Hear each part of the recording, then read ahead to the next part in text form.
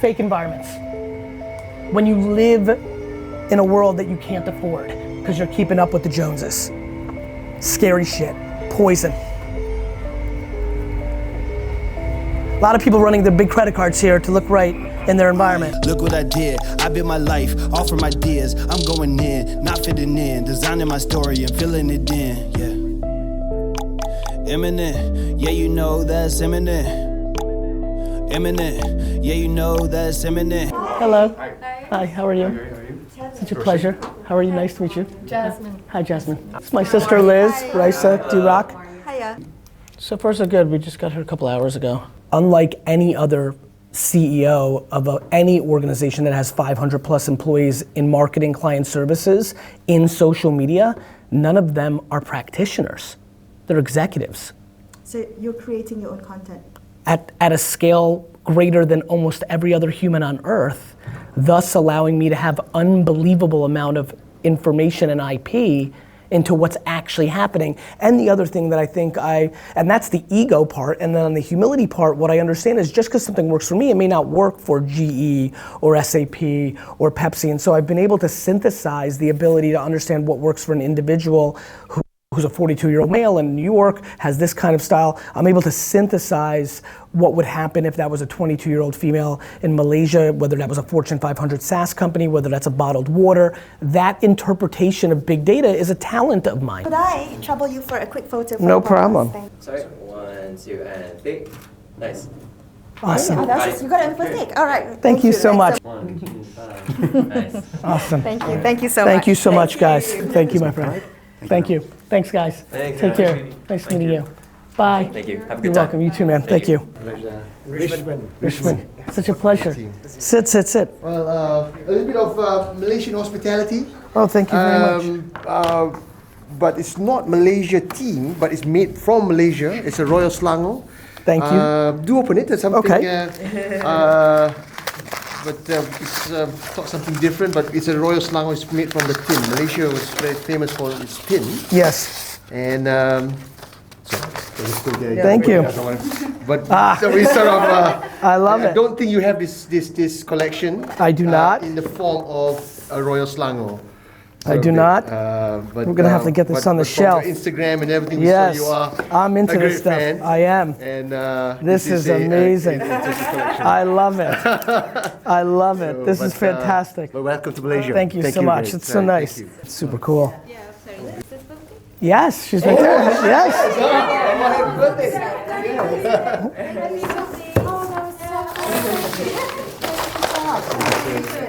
I think blockchain is like running a marathon, the longest marathon of your life. I think the best way to train for a marathon is to get on a treadmill every day, to run a couple of 5Ks. I think the only thing a big company can actually do to get themselves ready for the real war of technology is marketing, because you're spending it now. It's not like you have to go buy a fintech and overpay, right? Because everything's overpriced, right?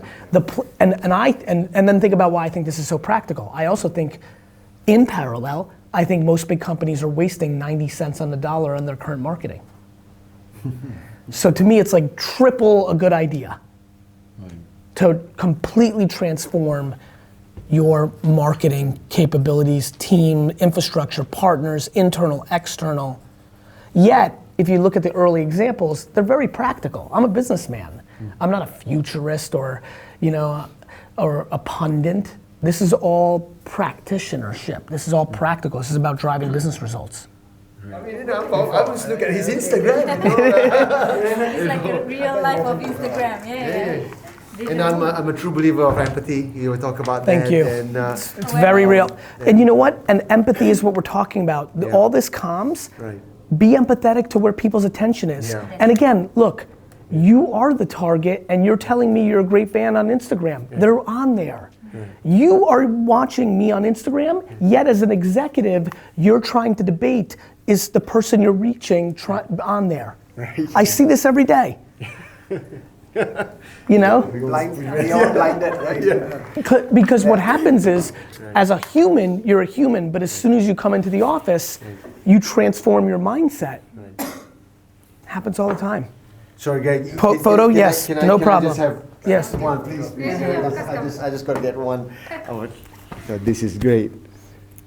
I don't talk too many different things. I believe in what I believe in, you know? I think the crazy part is people don't do. Right. People don't do, you know? Listen, they got me a cake.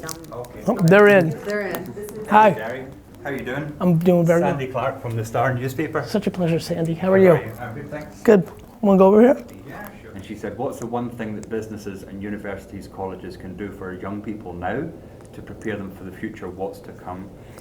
By recognizing that they're fundamentally broken in what they're educating them on right now. Okay. And I think that takes humility and empathy. Mm-hmm. You know, I have a lot of respect for education systems and companies, but they have to recognize that the curriculum that we are pushing down our employees and students' throats, 9 out of 10 times is outdated at best and completely in outer space for the reality of the marketplace at worst. Mm-hmm. You know, I think we're not preparing people for success because a lot of times it's not in our vested interest. But how do you do that? I mean, you hear so much talk about, you know, chase your passion, find your success, you'll make that journey. But what is it specifically? But that's an ideology, right? Yeah. To me, I'm talking You about talk practicality. process and You know, in a practicality standpoint, if you're teaching students for example, if you're teaching in any manner that is predicated on memorization, that is laughable. Yeah. Let's start there.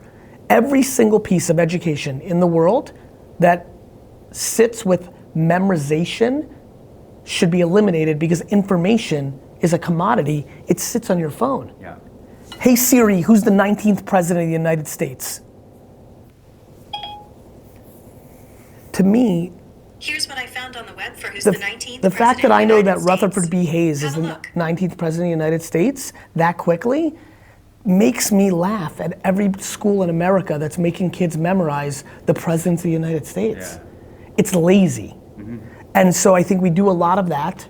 And so what would I say? In the same way that companies manage people and, you know, don't let them post on social media, like it's That's great. a huge thing, yeah. And then it extends to the furthest thing. All these parents that aren't letting their kids spend a lot of time on the screen, what world do you think your kid's gonna live in?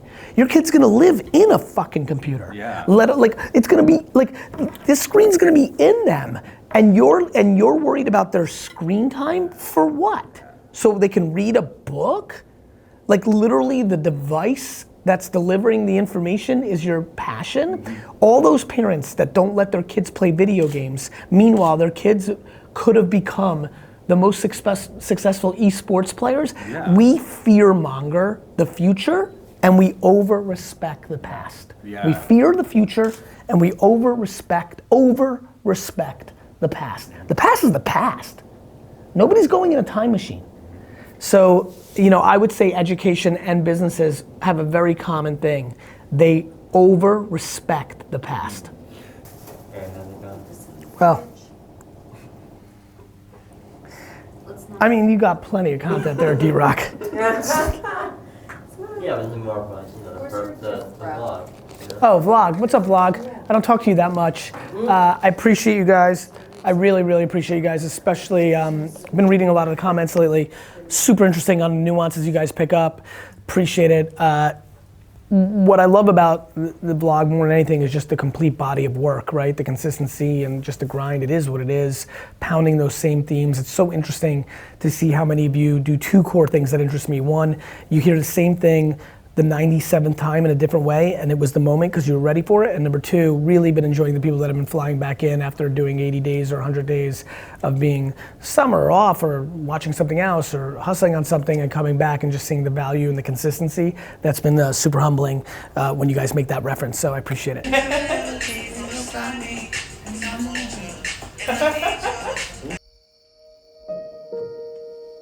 Do you know that there's a lot of people in this room who have a passion, but the reason they won't leave their job right now is not because they can't afford it, but because they don't want to take a step back to take 3 steps forward. There are people in this room who will live the next 45 years of their life unhappy because they wanted 2 extra bedrooms in their house that they will never use. I'm being dead serious. You so care what other people think of you, you're not willing to sell your home and go live in a neighborhood that's not as nice, drive a car that's not as nice, to start a business that will make you happy. And so you will stay in a job for another 21 years that you hate just to pay for the facade of success of people's opinions that you value more than your own happiness. That fucks with me like you would not believe. It blows my mind that most of the world is willing to live their life completely predicated on the judgment of other people. The reason you're not winning and doing what you want is somebody's opinion of you matters more than your opinion of yourself. Somebody's opinion of you matters more to you than your opinion of yourself. It's very true.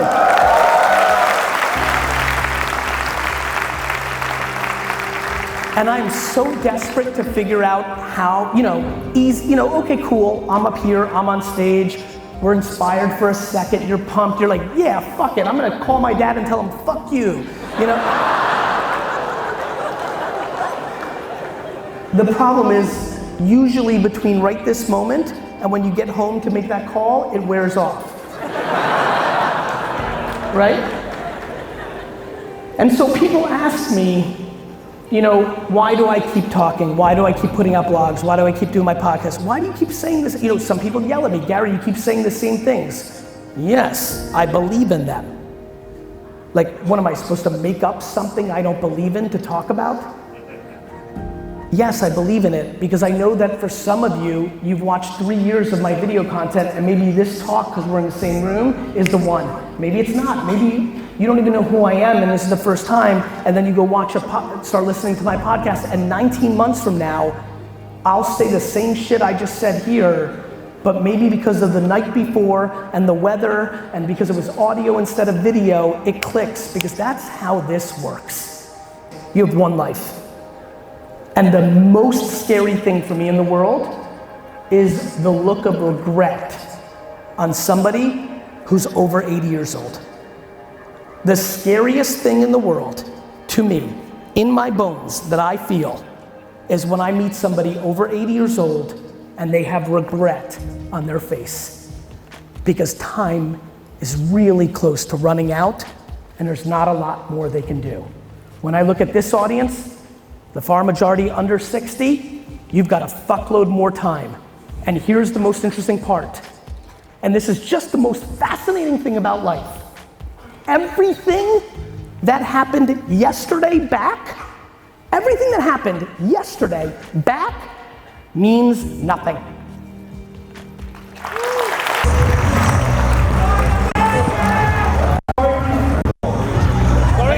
No photo. Thank you very much. No photo. Can I have photos with you guys? Thank you, Gary. I'll do a couple. All right. Gary, selfie, Gary. Okay, you got it. Thank you, Gary. I'll do a couple later. All right. You got it. Nice, Gary. Who is this? Gary, can I get a quick selfie, Gary? Thanks, man.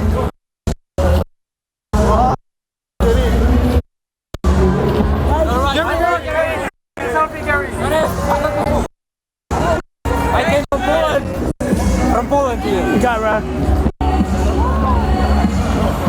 Cool, thank you.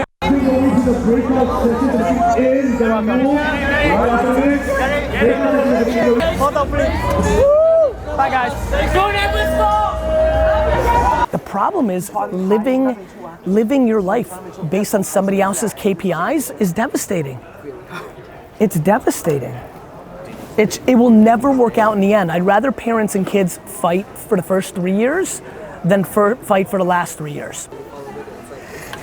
Once you acknowledge it, just don't lie to yourself. Like, once you stop lying to yourself, once you start, blaming yourself, owning it yourself, being yourself about it, then it is what it is. Then you can get into, it changes everything. It takes the leverage away from anybody else, and leverage is what people need to focus on. Because when you're doing something because you don't have the leverage, that's devastating. Like that was kind of the most interesting part of this talk, which was like, all right, here's what you came for. It's 2 minutes. Now let's get to like what you need. This is what you think you need. Let me tell you what you need. How are you gonna post on social media when you're insecure? How the fuck are you gonna post 8 times a day when you don't know how to take feedback? I can tell you everything to do on LinkedIn, but if you're scared to write that article because you're scared to get fired from your job, just try, going through my own process of trying to figure out how the fuck to help. Not super complicated, Sorry, no photo. Gary, find my book. Sorry, no photo. One signature, man. One signature. Just one. Pen? Please make way for Gary. You have a pen? Please make way for Gary, please. Please make way for Gary, please. No, please. Careful, watch out. You won't want to hurt Gary, please. Don't hurt. Okay, you can have the pendants up. Thank you for coming, man. Thanks for being here. How are you? Nice to meet you. Hey, brother. Your words changed my life. I really want to personally thank you for that. Thank you so much. I got a question. How do you decide what to do when you feel you're good at a lot of stuff? You pick one. So you don't waste your time. You pick one. But how do you know which is the right one? You don't. You don't, and let me tell you a very, very important thing. I believe one of the most fascinating excuses in life is that I'm so good at so many things that I don't know which one to pick. I think it's an excuse, and I think it's ego, and I think it's a vulnerability. I think it's bullshit. I really do. Pick one. If you're so good at so many things, you'll pick one, you'll be good at that, and you can do a bunch of things. I'm doing a bunch of things. I don't want to waste time because I'm so good at so many things is an excuse to not do. And it's the worst one because you're trying to act cool while not doing anything. I mean it, man. Pick something and fucking do it. You're a fucking young kid. You can do all 19 things. Got it. You got it. You're welcome. Cheers. Cheers. Hi, Gary. Should be here. Okay, so a positive comment or a really good review of success resources and its events on the Facebook page. We'll be really grateful for that. Yes. Where's my sis?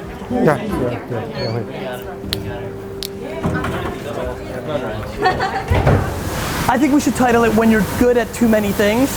I think we should slow play them in. Because a lot of people think that's them. They're like, that's me. And then they get this, like, millions will be destroyed on Instagram. I'm really glad I ran into you. Thank you, man. Listen to that. Thank you so much. It's real. Just pick That one. really Just helped do me. it. Right? That was the biggest lesson I learned all weekend. Dude, that is a few it. seconds. That is it, man. Let's take a selfie, man. Dude, thank you.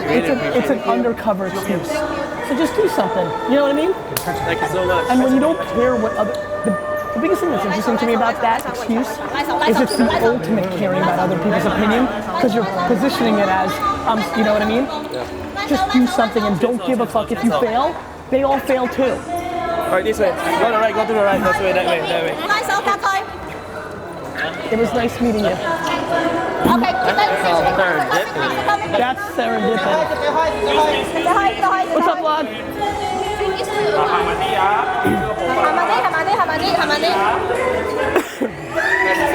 Good to see you, vlog. Yeah, happy to see you. Welcome to Malaysia. Thank you, my friend.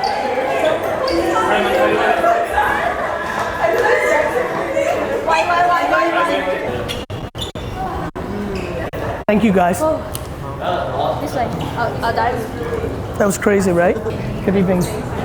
One could say I was tough on that kid when he said, that he's good at so many things. Like, most people are. He came back. What did he say? Said that was the biggest thing he took from the day. He's like, that helped me more than anything.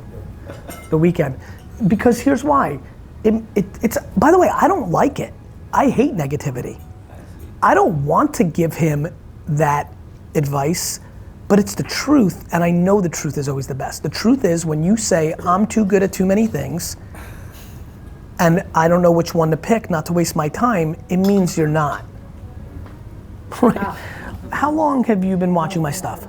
I've been 我在 2 years minimum。我在追 Garyvee 2年了。Garyvee ask how 你看了几多年？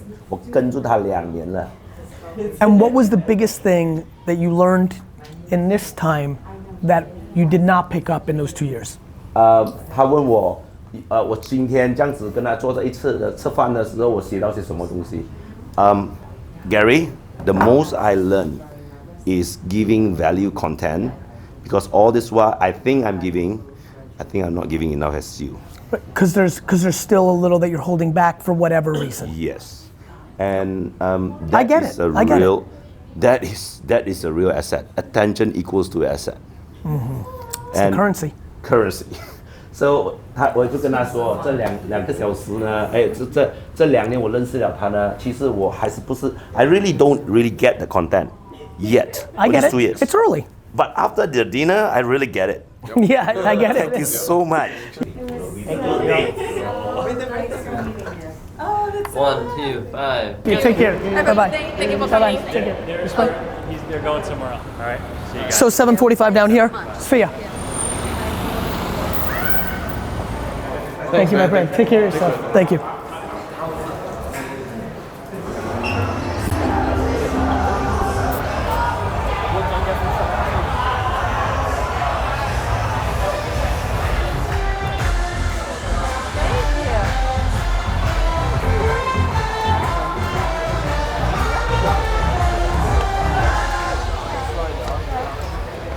Thank you. Hello, everyone. Hello.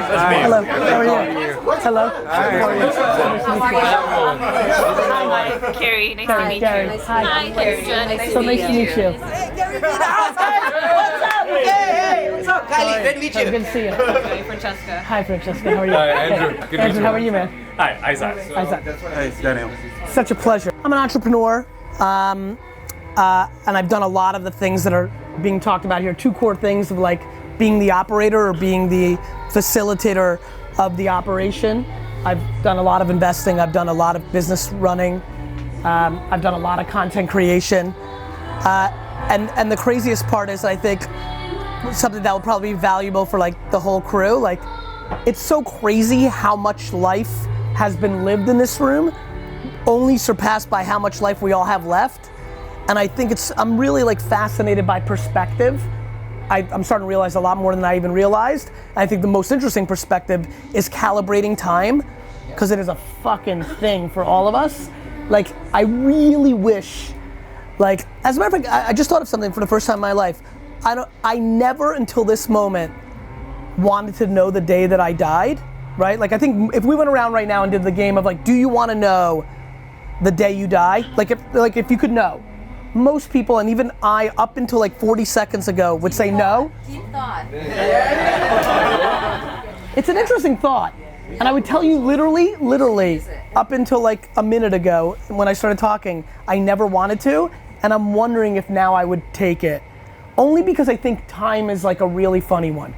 I don't know, perspective is super on my mind these days, and I just wish, I think everybody's impatient. Like, staggeringly, it is the shortcoming of most people. And I wish people would be more patient, because if you would, you'd be so much happier. So, not enough conversation about how fucked up parenting is in Asia. I think the most interesting thing to me is what I struggle with parenting is accelerated in Asia. Like, it's unbelievable how